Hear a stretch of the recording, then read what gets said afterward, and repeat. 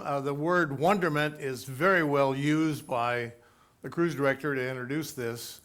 We're going to see so many fantastic things. When the very far north, you've got glaciers coming down, meeting the ocean. There's more polar bears than people on Spitsbergen Island. There's 5,000 bears and there's 3,000 people. The sign at the city limits says carry a shotgun if you leave the city limits, because bears, we're protein. Before I jump into this, let me read you a cute little thing. I saw this in Southampton last week. I went transatlantic on Queen Mary. Beautiful thing in the window, it says, "Why is a ship called a she?" Now, ladies, if you don't like it, boo and hiss, it's okay. A ship is called a she because there is always a great deal of bustle about her. There is usually a gang of men about. She has a waist and stays. It takes a lot of paint to keep her good looking. It is not the initial expense that breaks you, it is the upkeep. She can be all decked out. It takes an experienced man to handle her correctly.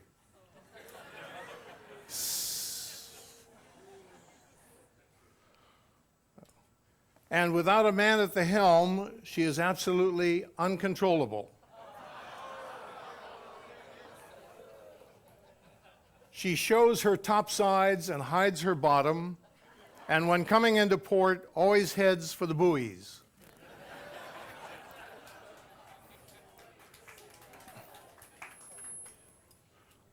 Our trip begins with Oslo, the capital, the very first place.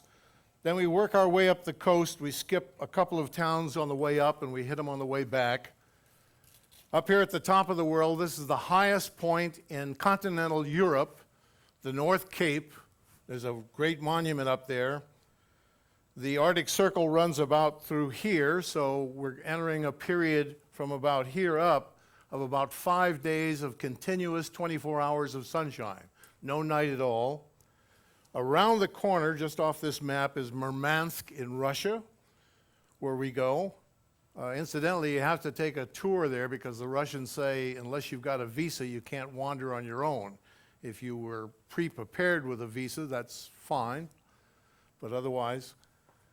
This distance is about 500 miles. Halfway up, you have Bear Island, then you come to Spitsbergen.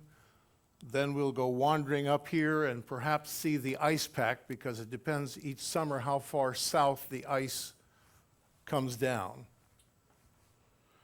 This length of Norway from top to bottom is the same as going from San Diego to Vancouver on the west coast, or from Miami to Boston on the east coast of the United States.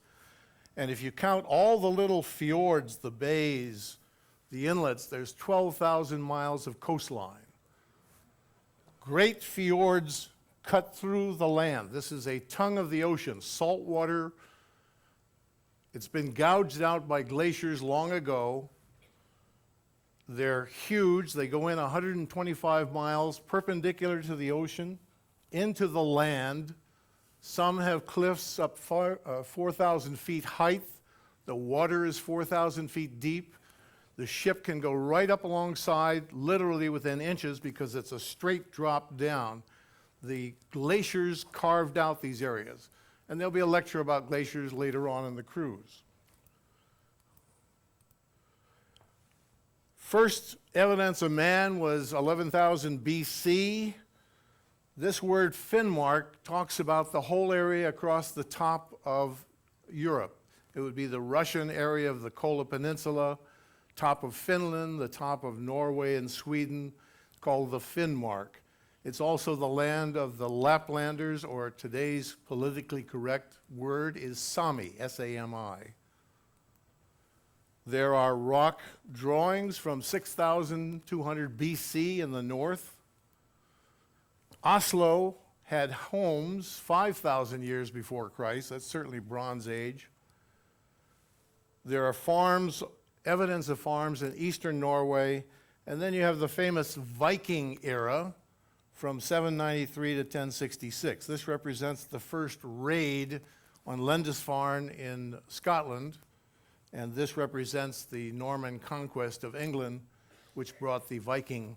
Actually, it's one Viking after another Viking, but we'll go into that later.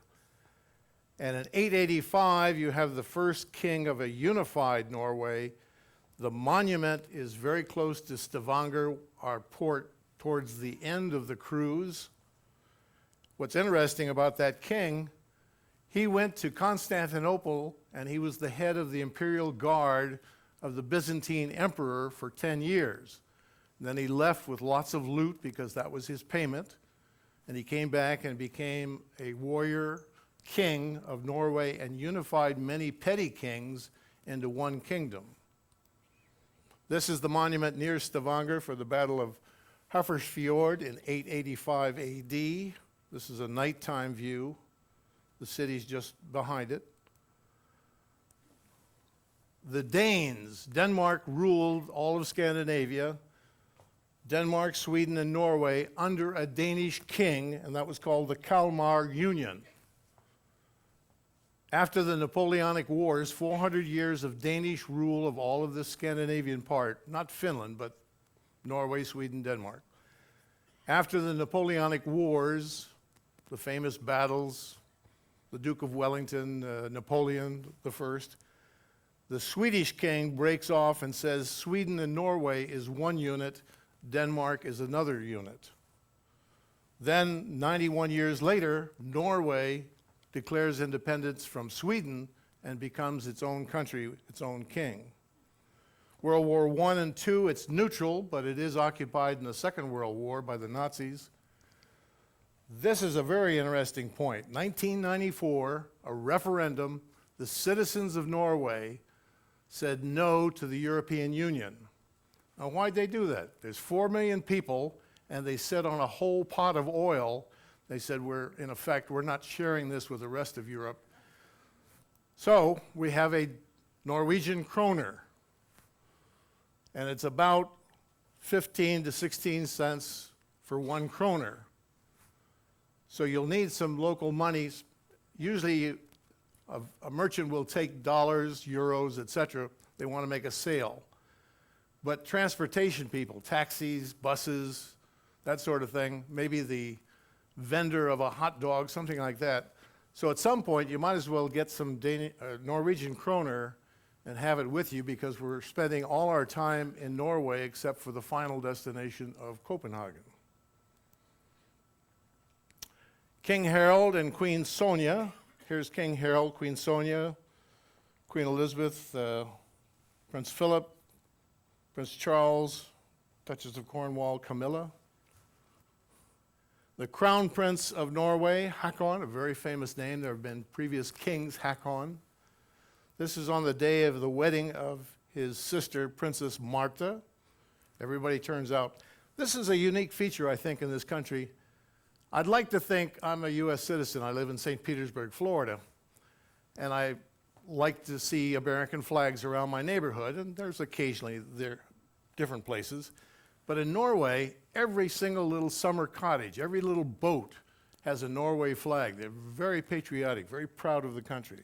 Clean as a whistle, beautiful place. There are many royal palaces. This is the major one where they live. This is in Oslo. The changing of the guard is every day at 11:15, except tomorrow, Sunday, that's where we are. No changing of the guard. It's not as luxurious, perhaps, as Buckingham Palace.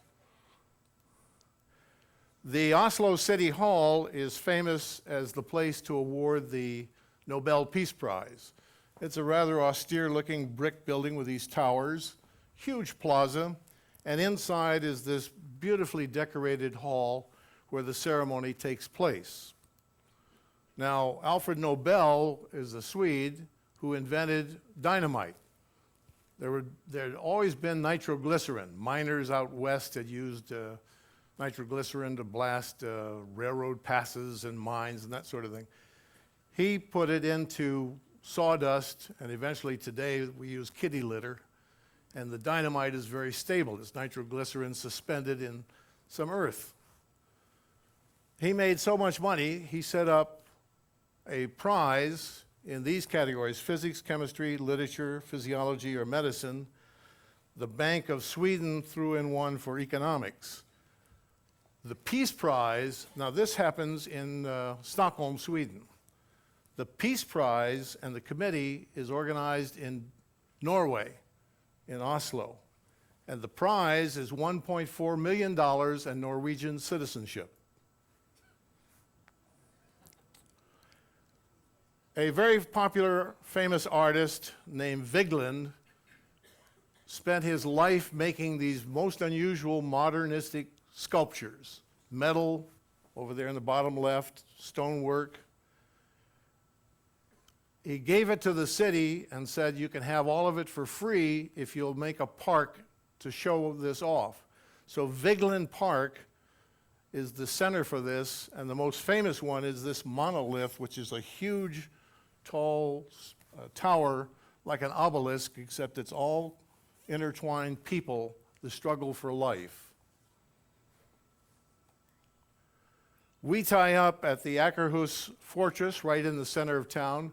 We're going up a long fjord, it's the Oslo Fjord. The city of Oslo, the capital, is right at the top of that fjord, and we'll tie up generally right downtown, a little bit to the right. Downtown is just ahead, a few blocks, easy to walk to, flat area.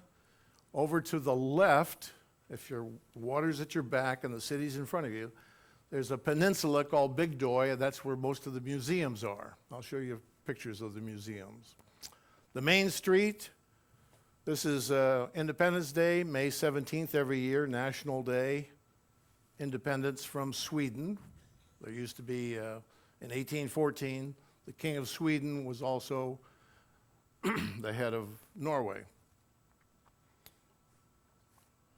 And then 1905, Norway becomes independent. This is that same street, Karl Johan Street, very popular. The parliament is on that street. Most of the big shops, most of the fine restaurants. This ski jump is very popular with the locals because the last king, not the present king, but his father was a famous jumper off this ski jump. I don't know what Parliament thought about that, but the king goes flying through the air and wins a lot of honors. The original ski jump, 1892, this is a newer one, built for the Olympics. On that peninsula, as I said, you're on the fjord, the sea is at your back, the town's right in front of you, the ship is a little bit to the right, just a matter of 1 or 2 blocks. The other peninsula is called Bygdøy, and there are many museums over there. This one particularly, they brought in buildings from all around the country. It's a great opportunity to see a stave church. That means wooden staves that have been put together. These date, there's only 32 of them left. There used to be hundreds, but a lot of them have burned down. It's all wood. The country went from Viking pagan religion to Christian religion in about 900 AD. So that's the age of these churches, 900, 1000, 1100. Really beautiful living monuments to a bygone age. This fellow, Thor Heyerdahl, made the news in 1947 by sailing from South America to Tahiti in a balsa wood raft. His theory was that excuse me, Polynesia is populated by people from the, let's say, the Inca civilizations of the Andes. In 1962, on the right-hand picture, he sailed the Ra, which is a reed boat. He used the reeds, the water grasses that grow in Lake Titicaca in Bolivia, to weave the same kind of boat they use today. And he went from the coast of Morocco to the Bahamas. And his theory was, again, the civilization in Africa, perhaps even Egyptian, somehow made it over to the New World to try to explain how pyramids showed up in the New World. Those theories have not been accepted by the scientific community, but they were certainly very interesting voyages, and the theories postulated are rather interesting. Anyhow, there's a museum that is dedicated to his works. It's called the Kon-Tiki Museum. And then there's the Viking Ship Museum. Funeral, the chief of the clan, of the Viking clan, was buried in this ship. Some were set on fire, and we don't see much evidence. Some were buried intact by the tidal lands in the fjord, at the mouth of the fjord that we go into for Oslo. And they've been dug up almost complete. It's a very interesting exhibit. Now, the Viking period began in 793 with the first recorded attack on a monastery in Lindisfarne in Scotland. Let's see, that would be up here, this area. And look at how widely dispersed they are in the years. Swedish Vikings came over here into Russia, and the Finnish people, Finland, called these Swedish Vikings the Rus, R-U-S. So this became Russia from the invasion of the Swedish Vikings. The Danish Vikings ruled this great part of England called Danelaw. That's between Anglia and Scotland and, say, Mercia and Wales, over in this area. Another group of Danish Vikings came down here and threatened Paris. What's the year? 845. And as ransom, not to burn Paris, the King of France gave Normandy for the Northmen, to Rollo. The interesting thing in history, of course, is that a descendant of a Danish Viking, Rollo, King Harold of France, no, I'm sorry, I'm getting confused. This is William the Conqueror. He's from that line of Danish Vikings that inhabited Normandy, so William the Conqueror, William I, is the one that attacks here. Another Norwegian Viking is attacking a Danish Viking who's the King of England. He's a Harold with an O, and the Harold with an A is the one that comes out of over here. So there's a fight over here at Stamford Bridge in 1066 in September, where the English king, who is a Danish Viking, conquers a Norwegian Viking king of a similar name, except spelled with an O instead of an A. Then a month later, he rushes down here to fight the ex-Danish Viking, who's now a Frenchman, William the Conqueror, and he wins down here, and the English king, ex-Dane Viking, dies. So there's a lot of Viking blood in here. My last name is Clement, which in France is Clement. So I have no doubt that there are some ancestors that came out of here, but ultimately came out of the Viking era for this whole part of Europe. They made their way over here to Constantinople, which they call Miklagard, and the head of the Byzantine emperor's bodyguard, after 10 years, becomes the king who unifies all of Norway in 885. So it's a very interesting history. And then we all know about Leif Erikson going over to Iceland and developments in the New World. There'll be a further commentary about Vikings. The shock troops, the elite troops, the head of the spear, so to speak, are called the berserkers. So we talk about people going berserk today, fighting with abandon and great vigor and valor. Curious thing, this metal shield, or part of the shield right here, is called a buckler. Hollywood has changed that word and called pirates swashbucklers. It derives ultimately out of this. This is a Viking festival up in the Shetland Islands. I personally don't think the Vikings ever worn these little flying wings off their helmets, but it's a very impressive midwinter. What else are you going to do in the Shetland Islands in February? You drink and you dress up in this outfit. It's pretty spectacular. The fear of the Vikings was so great that this happens to be a very small talisman or charm that a family had in England, and it says on it in Latin, "Save us from the fury of the Norsemen," because they were such raiders. Now they came to settle because they are now the people that inhabited Russia. They came out of Sweden, the people that inhabit that coast of France in Normandy. Lots of English blood that way. These are various helmets that have been dug up, replicated. Oh, this is me at the Children's Museum. That's why the helmet doesn't fit. It's a child's helmet. That's in Iceland. The alphabet was only 16 letters. The only thing confusing about the alphabet is this says capital R, and this says little r. Well, that's a little different. So this is the alphabet writing words around here, and the words say, "Goofy raised the stone in memory of Olafur, his son, a very good, valiant man. He was killed in Estonia." There are lots of examples of these runes, R-U-N-E-S. They're even used as signposts along some highways. Again, the flow of Vikings out of Sweden into Russia, coming down through the Black Sea, trading, capturing slaves mostly, and selling them here in Constantinople. Coming down, they spent the winters down here in Nomenure in France. Then they would continue raiding down through this area. If they didn't raid, then they would trade.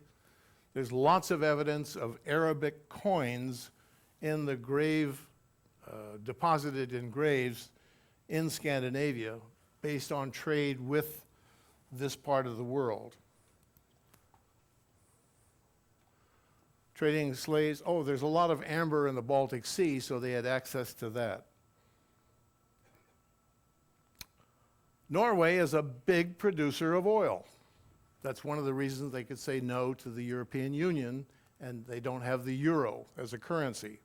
Discovered in 1969. These are the top 10 oil producers in the world. OPEC is the Organization of Petroleum Exporting Countries. There are non-OPEC members who don't follow the quotas set by this side. And Norway comes down here after Canada and Mexico, but ahead of Brazil and the UK in production. This is in millions of barrels per day, and a barrel has 42 gallons per barrel, or 162 liters per barrel. In Stavanger, we will see shipyards turning out oil-filled platforms. This kind sinks down to about here. They flood this area for stability out in the North Sea. They have to flare off the gas some places. They don't use it. There's not a pipeline. This is a huge hodgepodge of things. This is the area of Norway. That's Great Britain over there, Denmark over here. Gas wells and oil wells. The whole North Sea is peppered with these because there's a continental shelf out there down to about 600 feet. There's a few deep places. Up where we go at Spitsbergen, there's really deep water. This shows it. Here's the continental shelf all through this area. The very coastline, this light blue area is continental shelf. The deep area is out here. That's probably not an area we could produce in, or we don't want BP to be drilling in those deep wells. The Arctic Circle is this line dividing, this is all sunshine, all summer. So for the several days going up here and then up to Spitsbergen and coming back, could be 5-6 days easily of 24-hour sunshine. There are 5 great fjords. There's hundreds and hundreds of fjords. That's no magic. The word fjord is literally a finger of the ocean coming into the land. But the 5 most tourist-oriented ones, the Lyse Fjord is down here right next door to Stavanger, one of our ports. The Hardanger Fjord is right next door to Bergen, where we'll be, I think, in about 3 days. The Sonia Fjord is perhaps the most famous because it's so long. It's 125 miles perpendicular to the ocean coming into the land. To see a large ship, a cruise ship, coming into the land that far is quite amazing. And then you end up at that beautiful, beautiful place called Flom. If you take the North Fjord, the Nord Fjord, you end up at Olden, and there's a lot of glaciers there, Jastelbreen, one of them. We are going to the big fjord, which in Norwegian is called Stor Fjord, and we'll end up at Geiranger, coming inland about 70 miles.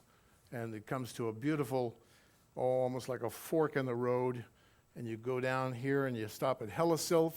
Some people will go overland over the mountain. The rest of us will go around through this beautiful fjord to Geiranger.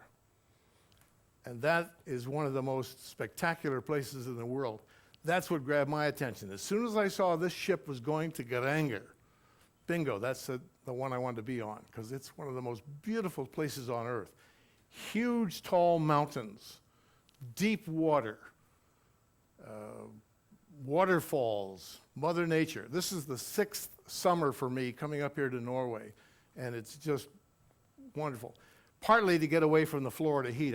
It sounds funny to say I'm tired of beaches and palm trees, but this is a really nice change. There's rocks and fir trees and tall waterfalls, very interesting animals. Oh, on the animal side, the Norwegians call a moose an elk.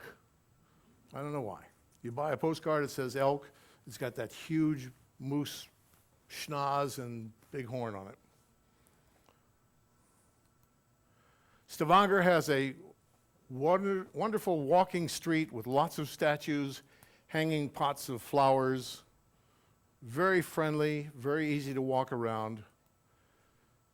We tie up, this is literally the harbor in Stavanger. We'll tie up either on this side or this side within a block or so of this end of the fjord. And I'm shooting this picture at the great cathedral looking at it. Here is the cathedral looking the other way, built in 1125, just after the change from paganism to Christianism. So 86% of the country now is Lutheran, Protestant. Lovely old town section. Pretty colors, lots and lots of shops. It is the oil center, the support center for most of the oil in the North Sea. Aberdeen in Great Britain is that side of the North Sea, and Stavanger on this side are the two great support centers. This is a front view and a side view of the same museum, some of the large tools that they use. It's a fascinating place to learn about oil drilling. The old town has lots of these little white houses. What's charming are the little courtyards, because they've had long winters. A typical winter time in the south part of Norway, the sun comes out at 10 o'clock in the morning and is black, dark at 2 o'clock in the afternoon. So when they get a chance to grow a twig or a piece of grass, boom, it's everywhere. A flower, geranium, etc. So there's lots of little cute little gardens in amongst all these little alleyways and courtyards. Just around the corner from Stavanger is the Lyse Fjord, L-Y-S-E, and one of the famous places there is the Pulpit Rock. I doubt if any of us will climb up here, but some of us will take the little boat ride and look up in awe at this huge